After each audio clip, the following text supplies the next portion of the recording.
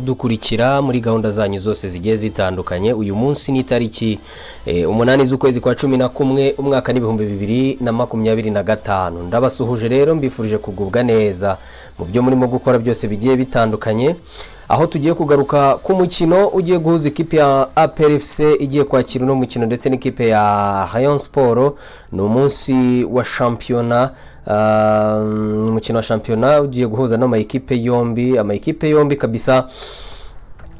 Twavuga yuko buri kipe ifite ibibazo byayo ku giti cyayo, cyangwa se buri kipe ifite bimwe mu bibazo byayo byihariye, cyangwa se twavuga ngo ni ikibazo cyayo cyihariye. Ni kuri uyu munsi rero ekipe zigiye guhura umukino ku mukino. Rayon Sport igomba kwakirwa na APR kuri izi tariki, cyangwa se kuri uyu munsi, aho ibintu bimeze neza cyane kandi ekipe yose akaba agiye gukinira muri stade Amahoro. Ni stade y'Abanyarwanda. Ni ekipe rero zigiye guhura muri saison 2025-2026, aho zigiye gukinira muri stade kabisa igomba kwakira abantu bagiye batandukanye. Mukaduhere ku bakinnyi cyangwa se ku basifuzi, dore ko ari naho hantu hamaze iminsi hibazwa ibintu byinshi cyane. Umusifuzi w'uyu mukino yitwa Kayitare David, niwe musifuzi w'umukino. Hanyuma abamwungirije bamwita Mutuyimana Dieudonné, Ishimwe Didier, hanyuma Nizeyimana Ishak ni umusifuzi wa kane w'umukino. Komiseri w'umukino yitwa Kayijuka Gaspard, nibo baza gusifura uyu mukino.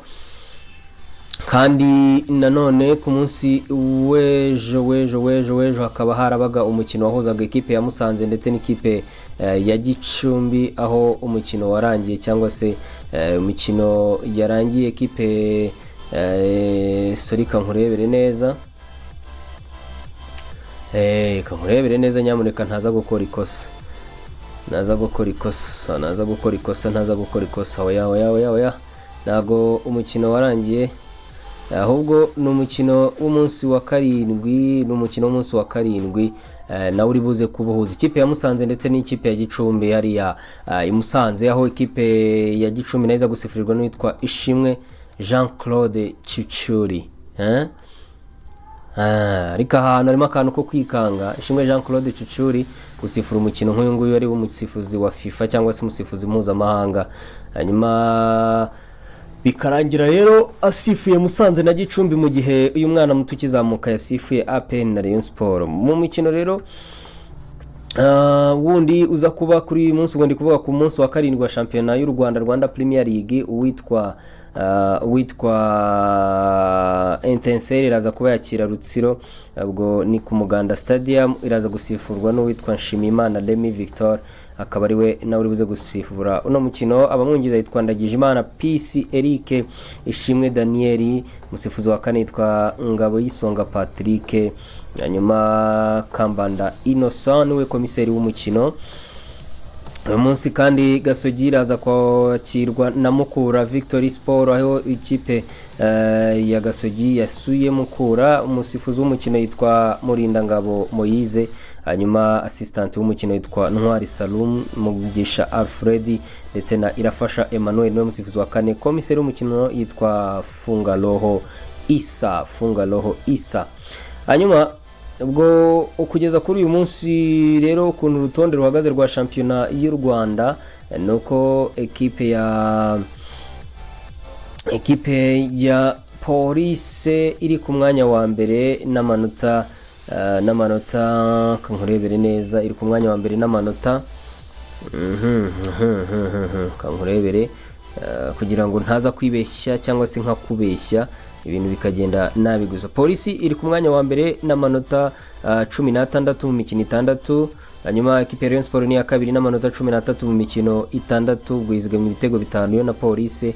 Hanyuma Gorilla ni ya gatatu n'amanota 10, Mukura ni ya kane n'amanota 9, Musanze ni ya gatanu n'amanota 9, Kiyovu Sport ni ya gatandatu n'amanota 9, Gasogi United ni ya karindwi n'amanota 9, APRFC ni ya 8 n'amanota 8, ikaba yizwe mu bitego 2. Hanyuma Gicumbi ni ya 9 n'amanota 8 mu mikino 6, Marine ni ya 10 n'amanota 6 mu mikino 5, Bugesera ni iya 11 n'amanota 6 mu mikino 6, hanyuma Etincelle ni iya 12 n'amanota 4 mu mikino 5,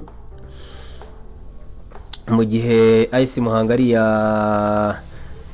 ya 13 n'amanota 4 mu mikino 6, naho Amagaju ni ya 14 n'amanota 4 mu mikino 6 n'umwenda w'ibitego 5, hanyuma AS Kigali ni ya 15 n'amanota 4 n'ibitego 6 by'umwenda mu mikino 6, Rutsiro ni ya nyuma n'amanota 2 mu mikino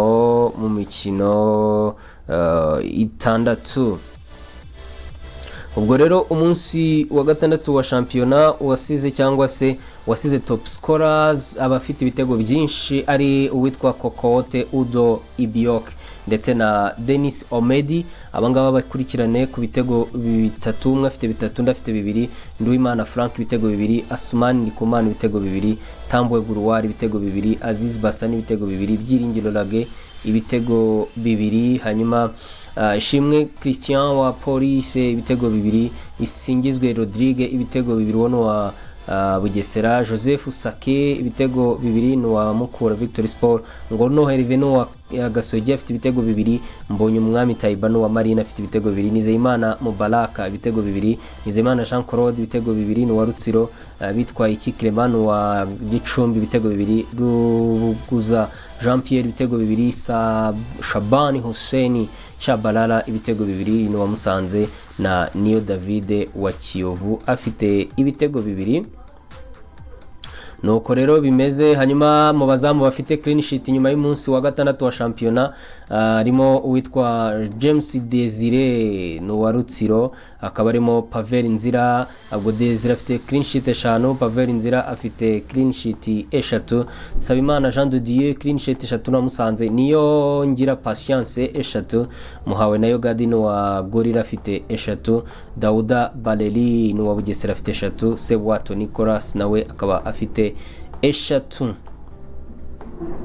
Hanyuma kandi umukino wa 7 wa shampiyona cyangwa se umunsi wa 7 wa shampiyona ufite ama equipe AS Kigali igomba guhura, yahuye ejo na Police birangira tabashije gutsinda Police. Mukura ifite umukino uyu munsi na Gasogi namaze kubivuga, AS Muhanga irahura na Marine, Gorira irahura na Amagaju, Etincelle irahura na Rutsiro, Musanze irahura na Gicumbi, APR FC ihure na Rayon Sport. Hanyuma ku munsi w'ejo Kiyovu Sport igomba kwakira Bugesera kuri Kigali Pele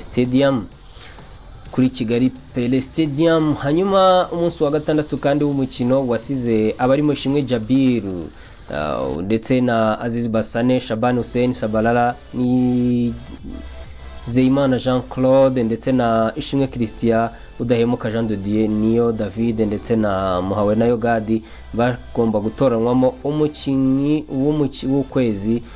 w'ukwezi kabisa w'icyumweru cya gatandatu cyangwa se umunsi wa gatandatu.